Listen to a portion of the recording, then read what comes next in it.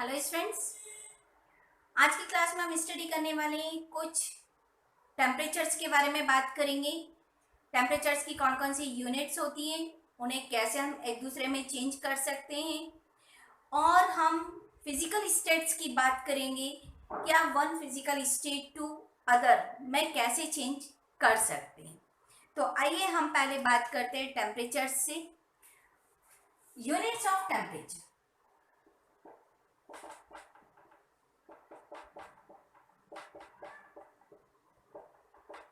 हमारे पास 3 units of temperature होती है। फर्स्टली होता है आपका डिग्री सेल्सियस, दूसरा होता है आपका केल्विन, और थर्ड यूनिट होती है आपकी डिग्री फ़ारेनहाइट। जो जनरली हम यूज करते हैं टेम्परेचर को मेजर करने के लिए, वो डिग्री सेल्सियस में बात की जाती है। लेकिन जब हम एसआई यूनिट की बात करते हैं, दैट मीन्स स्टैंडर्ड टर्म में बात करते हैं, तब हम केल्विन में टेम्परेचर नोट करते हैं और फ़ारेनहाइट में भी हम उसको चेंज कर सकते हैं। तो जनरली दो यूज होती है आपकी, डिग्री सेल्सियस एंड केल्विन। यहाँ आप देख रहे हो मैंने डिग्री सेल्सियस के साथ डिग्री का सिंबल लगाया, बट केल्विन के साथ नहीं लगाया। ये ध्यान देने वाली बात है, क्योंकि केल्विन एक साइंटिस्ट के नाम पर रखा हुआ है, और जो भी किसी साइंटिस्ट के नेम पर रखा जाता है उसके साथ ये सिंबल्स नहीं लिखे जाते और इसको कैपिटल में लिखा जाता है। तो ये कैपिटल के लिखते हैं और साइंटिस्ट के नाम पर है, इसलिए इसके साथ डिग्री का सिंबल कभी नहीं लगाया जाता। तो जनरल टर्म में यदि हमसे जनरल टेम्परेचर मेजर की बात की जाए कि जनरल टर्म में किस डिग्री में किस यूनिट में मेजर किया जाता है, तो जनरल टर्म में हम डिग्री सेल्सियस में टेम्परेचर मेजर करते हैं, और एसआई यूनिट में हम केल्विन में टेम्परेचर मेजर करते हैं। इनको आपस में चेंज किया जा सकता है। केल्विन और सेल्सियस में रिलेशन होता है, केल्विन इक्वल्स टू होता है डिग्री सेल्सियस प्लस 273। यदि सेल्सियस में 273 को ऐड कर दिया जाए तो आपके पास टेम्परेचर केल्विन में आ जाता है। यानी सिंपली क्या है कि केल्विन और सेल्सियस में 273 का डिफरेंस होता है। सेल्सियस में 273 ऐड करने पर आपके पास टेम्परेचर केल्विन में आ जाएगा। इसी तरह से यदि आपके पास केल्विन में दिया है और सेल्सियस में करना है, तो आपको क्या करना पड़ेगा, इसका अपोजिट कर दें। आप 273 को माइनस कर दें तो आपके पास किस में आ जाएगा, केल्विन में आ जाएगा। तो यहाँ आप देख सकते हैं, यदि सपोज मैंने कुछ एग्जांपल्स लिए, मैंने कन्वर्ट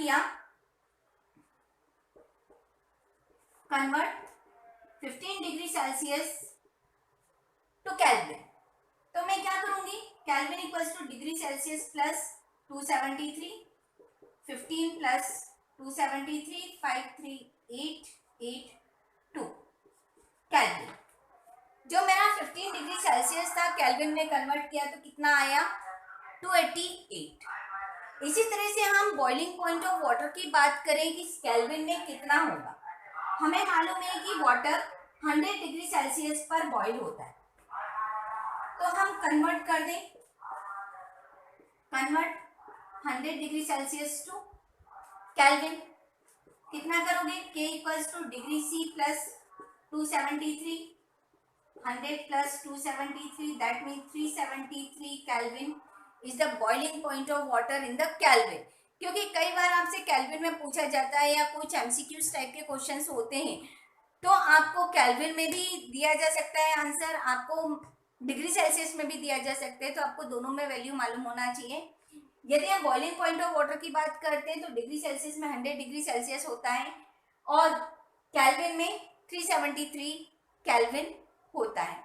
इसी तरह से आप यदि फ्रीजिंग पॉइंट की बात करें तो वाटर का फ्रीजिंग पॉइंट कितना होता है, 0 डिग्री सेल्सियस।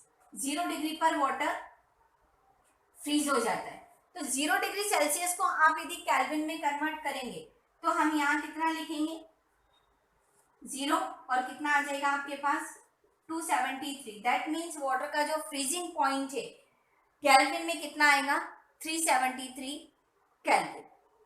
अब आप एक बात करें, हम जो डिग्री सेल्सियस है उसको माइनस में भी ले सकते हैं।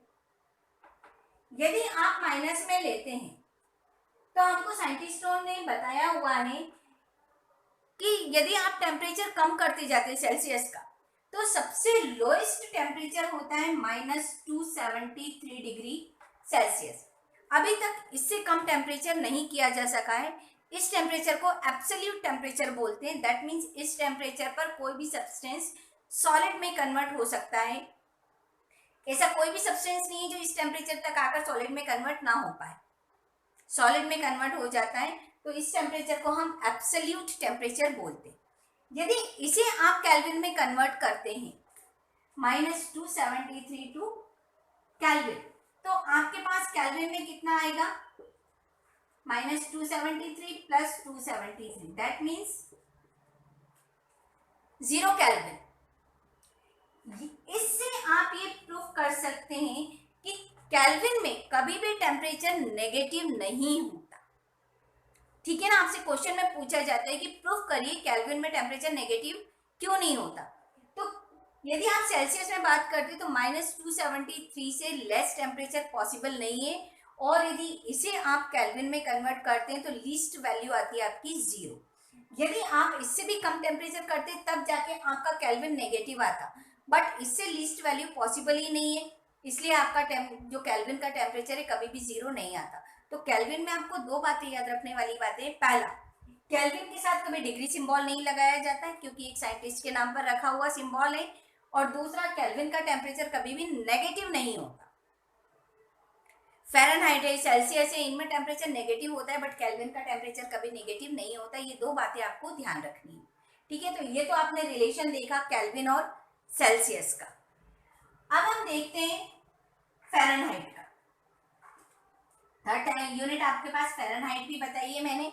तो यदि हम फ़ारेनहाइट का देखते हैं तो फ़ारेनहाइट और सेल्सियस में रिलेशन होता है Fahrenheit equals to degree Celsius into 9/5 plus 32। ये किस में रिलेशन है आपका, फ़ारेनहाइट एंड सेल्सियस में। फ़ारेनहाइट एंड केल्विन में भी रिलेशन होता है। फ़ारेनहाइट एंड केल्विन में देखें तो ये होता है K इंटू 9/5 माइनस 467 459.67। ये रिलेशन होता है फ़ारेनहाइट एंड केल्विन में। या आप डिग्री सेल्सियस की वैल्यू रखते जाएं, आपके पास फ़ारेनहाइट की वैल्यू आती जाएगी। क्या कोई ऐसा टेम्परेचर है जिस पर डिग्री सेल्सियस और फ़ारेनहाइट की सेम वैल्यू रहती है? तो यदि हम इसे प्रूफ करना चाहें तो हम प्रूफ करके देख सकते हैं किस टेम्परेचर पर डिग्री सेल्सियस और फ़ारेनहाइट की सेम वैल्यू होती है। तो हम यदि यहाँ मान लें कि let the temperature is x, और आपको डिग्री सेल्सियस और फ़ारेनहाइट दोनों का सेम टेम्परेचर चाहिए, तो मैंने कितना रख दिया, दोनों को ही मैंने x मान लिया। अब इसको कितना कर दूं मैं, x minus 32 equals to 9x/5। इसको कर दो 5x minus 5 2 10 carry on 1 5 3 15 1 16 equals to 9x। इसको कितना करो, -160 equals to 9x minus 5x minus 160 equals to कितना आया 4x। तो यहाँ से x इक्वल्स टू कितना हुआ, -160/4 4 4 16 दिस, दैट मीन्स द -40 -40 वो टेम्परेचर है जिस पर आपका डिग्री सेल्सियस और फ़ारेनहाइट दोनों सेम टेम्परेचर शो करते हैं। यदि -40 डिग्री सेल्सियस को आप फ़ारेनहाइट में कन्वर्ट करोगे तब भी -40 ही आएगा। इस चीज़ को आप याद रखें कि कौन से टेम्परेचर पर आपका डिग्री सेल्सियस और फ़ारेनहाइट की सेम वैल्यू होती है, तो वो है आपका -40। इसी तरह से आप फ़ारेनहाइट और केल्विन में भी यदि कोई टेम्परेचर निकालना चाहें कि किस पर आपका दोनों सेम होंगे, तो आप इसी की तरह आप उसको भी सॉल्व करके निकाल सकते हैं। वहां भी आपके पास कोई टेम्परेचर आ जाएगा जो सेम शो करेगा।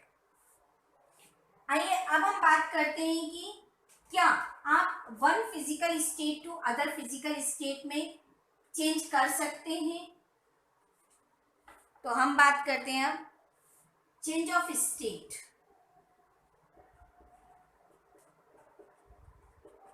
चेंज ऑफ स्टेट, आपके पास 3 फिजिकल स्टेट हैं, सॉलिड, लिक्विड एंड गैसेस।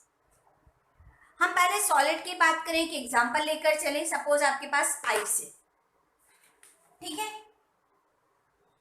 मैंने लिया सॉलिड, इमेजिन करके चल रहे हमारे पास आइस है, आइस को आपने हीट कर दिया, कंटेनर में आइस लिया और आइस को आपने हीट कर दिया, यानी उसको टेम्परेचर प्रोवाइड किया।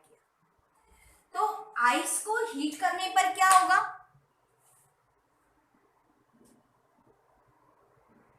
आइस को आपने हीट कर दिया, आइस को हीट किया तो क्या हुआ, वो लिक्विड में कन्वर्ट हो गया, वाटर बन गया, बना।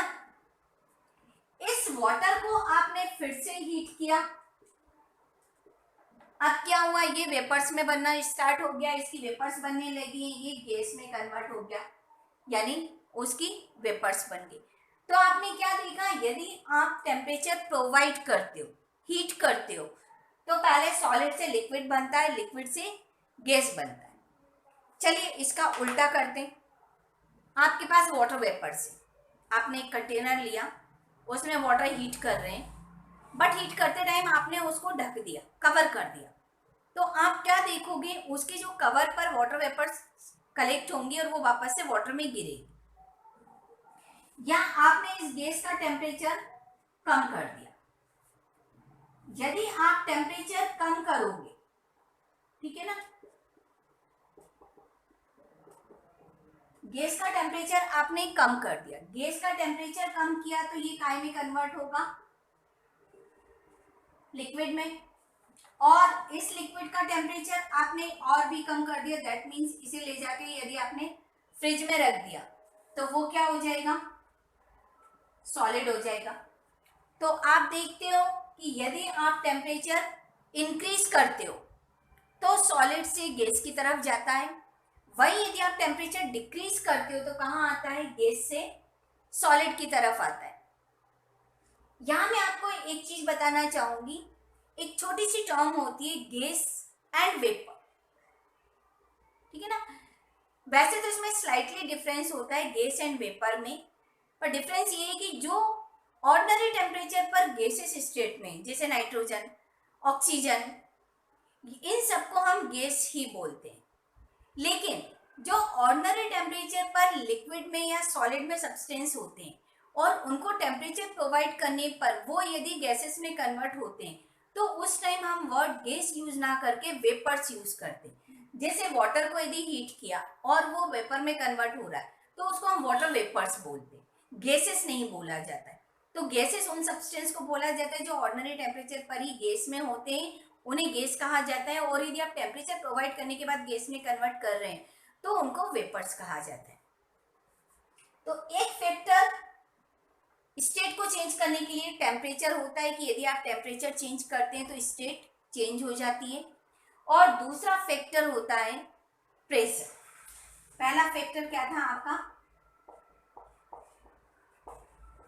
टेम्परेचर, और दूसरा फैक्टर होता है आपका प्रेशर।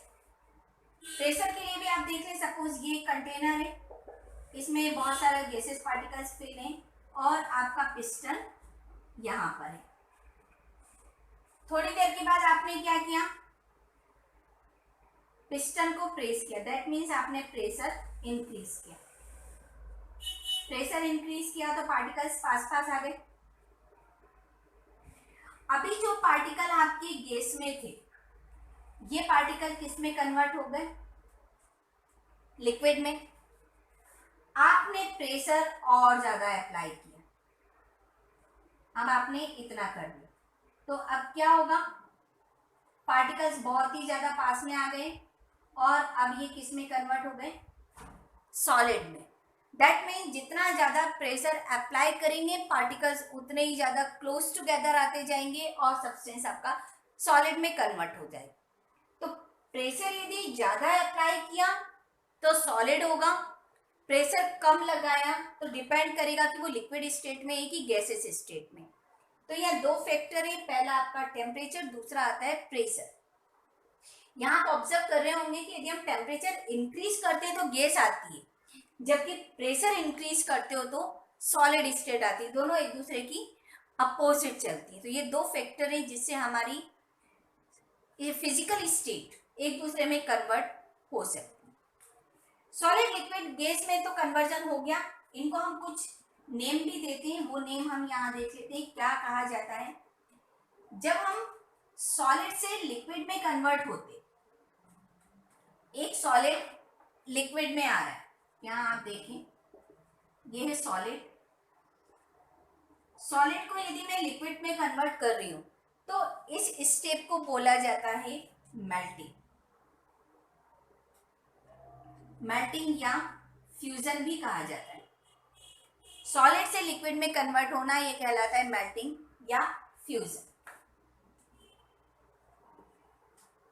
लिक्विड से गैस आती है, लिक्विड से गैस में कन्वर्ट हो रहा है तो इसको कहा जाएगा वेपोराइजेशन। ठीक है ना। यहां इसका उल्टा भी चल सकता है, गैस से लिक्विड आ रहा है, गैस से लिक्विड, ठीक है ना, गैस लिक्विड में कन्वर्ट हो रही है तो गैस लिक्विड में कन्वर्ट होती है तो इसको कहा जाता है लिक्विफिकेशन।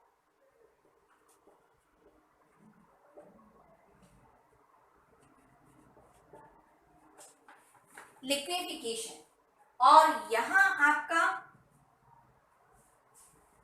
यदि लिक्विड सॉलिड में कन्वर्ट हो रहा है तो लिक्विड सॉलिड में कन्वर्ट हो रहा है तो उसको बोला जाता है solidification.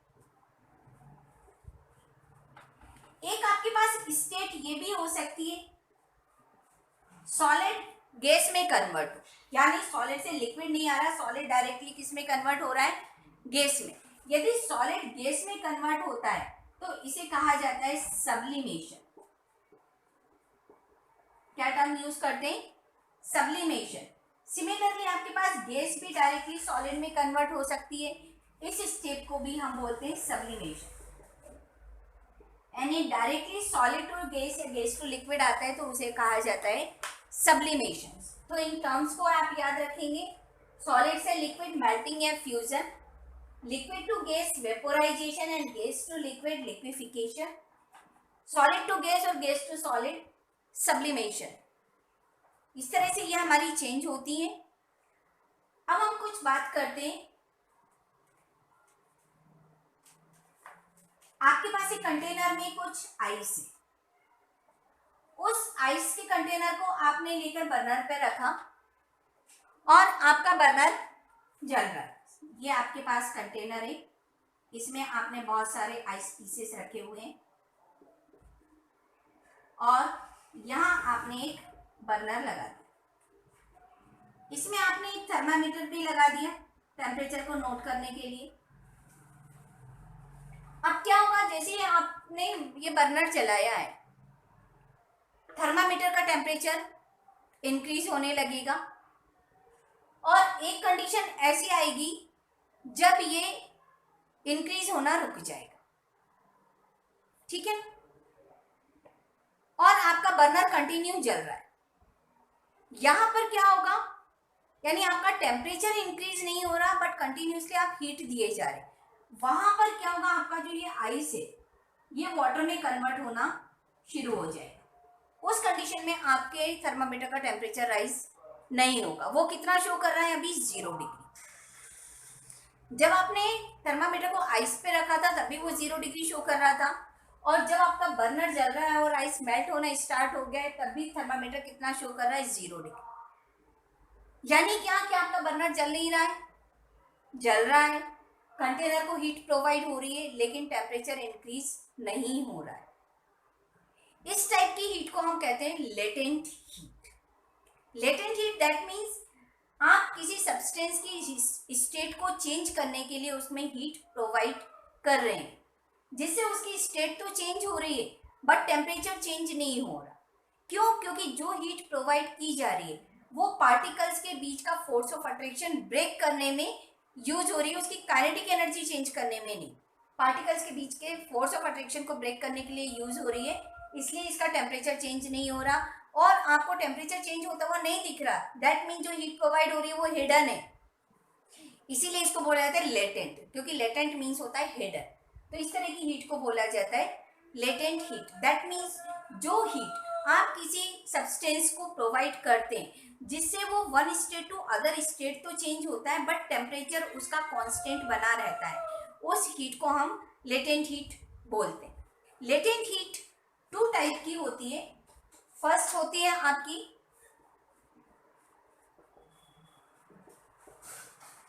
Latent heat of fusion, और इसको आप मेल्टिंग भी बोल सकते हो। और सेकंड होती है आपकी लेटेंट हीट ऑफ वेपोराइजेशन।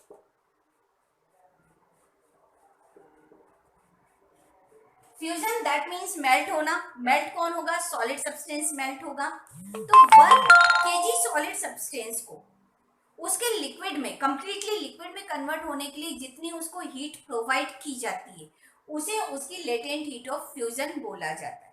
यदि आप एक कंटेनर में 1 kg आइस लेते हो और बर्नर ऑन करते हो तो आप देखोगे कि कितनी हीट आपको उसको प्रोवाइड करनी पड़ रही है जिससे वो कंप्लीटली आइस लिक्विड में कन्वर्ट हो जाता है। तो कितनी हीट आपने उसको प्रोवाइड की उसे उसको लेटेंट हीट ऑफ फ्यूजन बोलते हैं।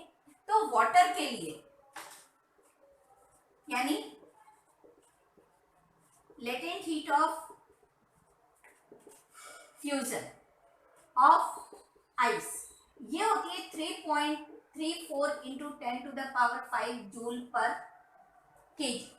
लेटेंट हीट को केजी में मेजर, जूल में मेजर किया जाता है। तो जो आइस है आपका 1 kg आइस को यदि आप वाटर में कन्वर्ट करेंगे तो आपको कितनी हीट प्रोवाइड करनी पड़ेगी? 3.34 into 10 to the power 5 joule, इतनी हीट आपको प्रोवाइड करनी पड़ेगी। दैट मीन्स आइस के लिए ये वैल्यू आपकी लेटेंट हीट ऑफ फ्यूजन है। हर सब्सटेंस के लिए अलग अलग होती है, आइस के लिए इतनी। इसी तरह से जब हम लेटेंट हीट ऑफ वेपोराइजेशन की बात कर रहे हैं, वेपोराइजेशन यानी वेपर में कन्वर्ट होना, और वेपर में कौन कन्वर्ट होगा? Liquid. That means 1 kg liquid को कंप्लीटली वेपर में कन्वर्ट करने के लिए जितनी हीट उसको प्रोवाइड करनी पड़ेगी, सप्लाई करनी पड़ेगी, that amount of heat is called the latent heat of vaporisation. तो वही यदि हम वाटर की बात कर लें तो लेटेंट हीट ऑफ वेपोराइजेशन आपकी होगी latent heat of vaporisation of water ये होती है 22.5 into 10 to the power 5 joule per KG. कितना होता है? 22.5 into 10 to the power 5 joule per KG, ये है लेटेंट हीट ऑफ वेपोराइजेशन। यहां से हम आप ऑब्जर्व कर सकते हो कि जो मेल्टिंग की जितनी हीट है उससे अप्रोक्सीमेटली 7 टाइम्स आपके वेपोराइजेशन की हीट है। यहीं से आपसे एक क्वेश्चन पूछा जाता है,